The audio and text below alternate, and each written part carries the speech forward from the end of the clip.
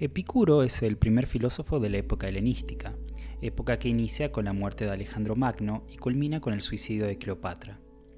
Estamos hablando de un periodo que va del año 323 a.C.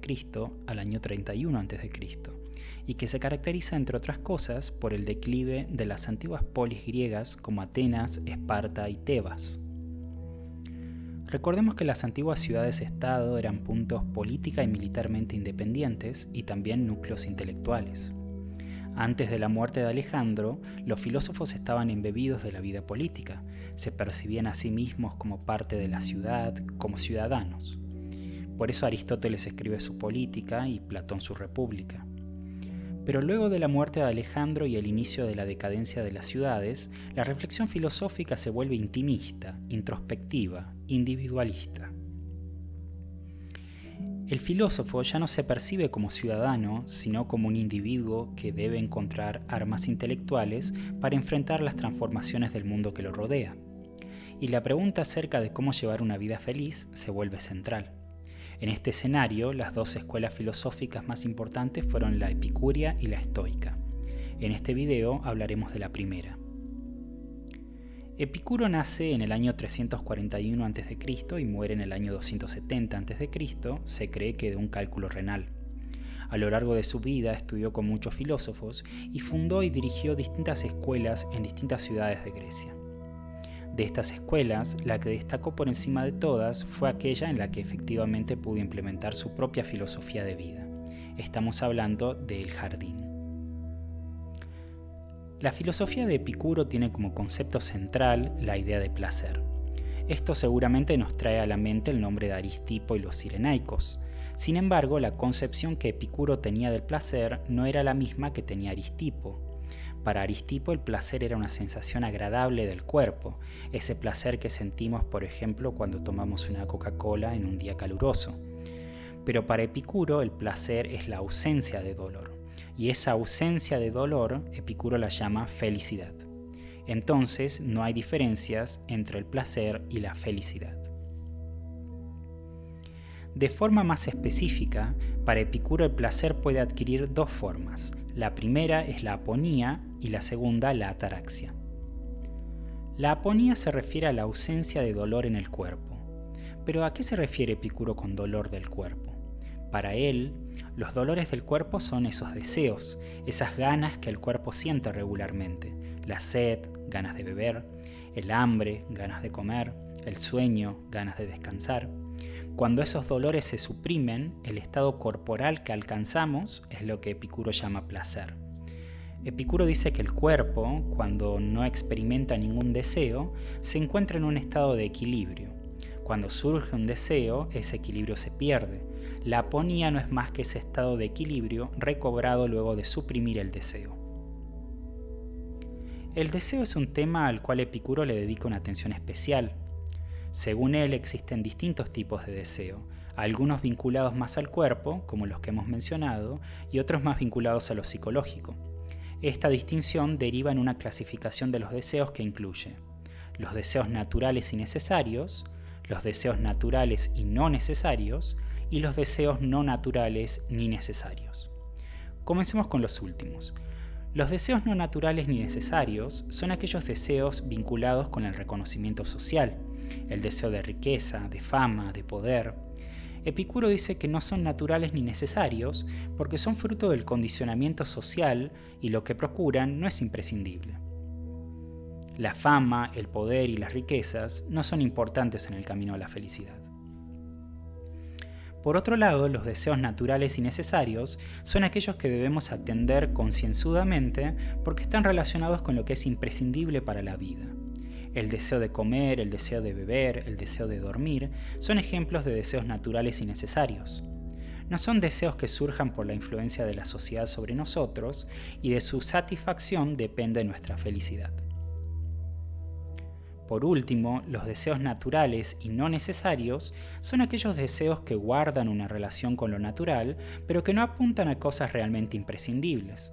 Son en cierto sentido degeneraciones de los deseos naturales y necesarios. Por ejemplo, el deseo de tomar un vino, el deseo de comer un asado. tienen que ver con el comer y el beber, que son deseos naturales, pero son más coloridos, más artificiosos. La idea de Epicuro es aplicar una suerte de gestión de los deseos, desestimando los deseos no naturales y no necesarios, y también los naturales y no necesarios, para solo atender a los naturales y necesarios. Obviamente, esto implica una disciplina permanente.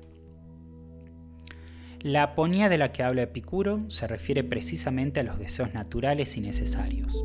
Los otros deseos debían ser ignorados, menospreciados, cuestionados desde la razón. ¿Y cómo se logra entonces la aponía? Simple, comiendo, bebiendo, durmiendo.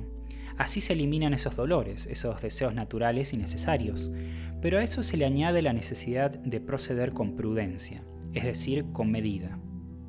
Comer lo justo, beber lo justo, dormir lo justo, porque el exceso podría acarrear nuevos dolores. Si comemos mucho podemos tener una indigestión o tener sueño. Si bebemos mucho podemos llegar a tener náuseas, dolores de cabeza, podemos sufrir daños en los músculos, en el cerebro. Si dormimos en exceso podemos despertarnos con sueño, con dolores de cabeza e incluso desarrollar con el tiempo problemas cardíacos. Por todo esto, la prudencia formaba un componente fundamental en la consecución de la aponía. Ahora debemos hablar un poco acerca de esta otra manifestación del placer que es la ataraxia. Este concepto ya lo hemos visto cuando trabajábamos la filosofía escéptica. En aquella ocasión dijimos que la ataraxia era un estado de tranquilidad interior que los escépticos alcanzaban suspendiendo el juicio. En el caso de Epicuro, la ataraxia es también un estado de tranquilidad interior, pero a diferencia de lo que planteaban los escépticos, esta no se obtiene mediante la suspensión del juicio, sino mediante la implementación de una serie de medidas que en un momento pasaremos a detallar. De modo sencillo, podemos decir entonces que la ataraxia es un estado de ausencia de dolor en el alma. ¿Y qué entendía Epicuro por dolores del alma? Él pensaba fundamentalmente en las preocupaciones, en la angustia que las personas pueden sentir frente a su suerte, su destino, su futuro. A esto habría que agregarle sufrimientos vinculados con el pasado, como el remordimiento, el arrepentimiento, etc. Yo creo que aquí deberíamos agregar también esos deseos que hemos llamado no naturales ni necesarios, el deseo de obtener fama, riquezas, poder. Entonces, alcanzar la ataraxia significaba erradicar del alma esos padecimientos, esas preocupaciones, traumas y deseos. ¿Y cómo se lograba esto? En la obra de Epicuro, al menos en lo poco que se ha conservado de sus libros, encontramos fragmentos dispersos acerca de cómo alcanzar la ataraxia. El filósofo Alain de Botton sistematizó los puntos más importantes sobre el tema, llegando a la conclusión de que para obtener la ataraxia hacen falta 4 cosas: un lugar alejado del tumulto social, independencia económica y psicológica, amigos y una reflexión permanente.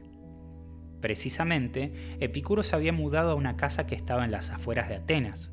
Allí fundó su escuela, a la que denominó el Jardín. La idea de instalarse en la periferia urbana tenía que ver con alejarse del trato social diario, de su dinámica frenética, de sus malos hábitos, de sus distracciones. Este era el requisito fundamental para encarar una vida verdaderamente filosófica. Por otro lado, este distanciamiento geográfico significaba también cortar lazos económicos y psicológicos con la ciudad. En la ciudad, Epicuro se veía obligado a trabajar para otros con el fin de garantizar su subsistencia. Pero la dependencia económica conlleva necesariamente una dependencia psicológica. Nuestro bienestar emocional depende de que esa relación se mantenga. Esta es una cuestión con la que muchos trabajadores hoy en día nos podemos identificar. Comenzamos a trabajar, empezamos a ganar dinero, nos mudamos a un lugar propio, pero detrás de todos estos beneficios se esconde la sombra de la pobreza, el miedo a ser despedido, el miedo a perder lo que hemos ganado. Y este temor nos puede llevar a una situación de sometimiento, donde con tal de conservar lo que tenemos, soportamos en silencio innumerables humillaciones e injusticias. Salir de la ciudad era para Epicuro recuperar la libertad, porque ese distanciamiento lo puso en contacto con su capacidad de autodeterminarse. En el jardín, Epicuro se dedicó a la agricultura, en la que descubrió una forma noble de obtener lo necesario para vivir. Pero en este emprendimiento, Epicuro no estaba solo. El jardín era una comunidad de amigos, imagino que parecida a esas comunidades hippies que todavía existen hoy en día, donde cada uno aporta desde su talento, donde las decisiones se toman en conjunto, donde la disciplina se derrama sobre cada hábito, donde cada día es una ocasión para autoafirmarse, para experimentar el profundo sentimiento de ser dueños de la vida propia. Y el amigo era una figura fundamental para cultivar el hábito de la reflexión. Reflexionar es volver sobre algo para analizarlo, para mirarlo de cerca, y Epicuro y sus amigos utilizaban la reflexión para analizar cualquier preocupación que pudiera gestarse en su interior.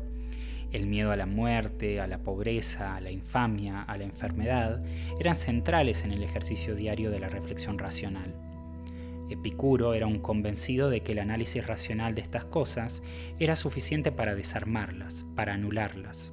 Las nubes del alma se disipaban mediante la reflexión antes de que se convirtieran en tormenta. La filosofía de Epicuro tuvo muchísima influencia en años posteriores. Los poetas romanos Lucrecio, Virgilio y Horacio son un ejemplo de esto. Incluso en nuestros días, muchos filósofos profesionales y aficionados se reivindican epicúreos. El jardín continúa dando frutos.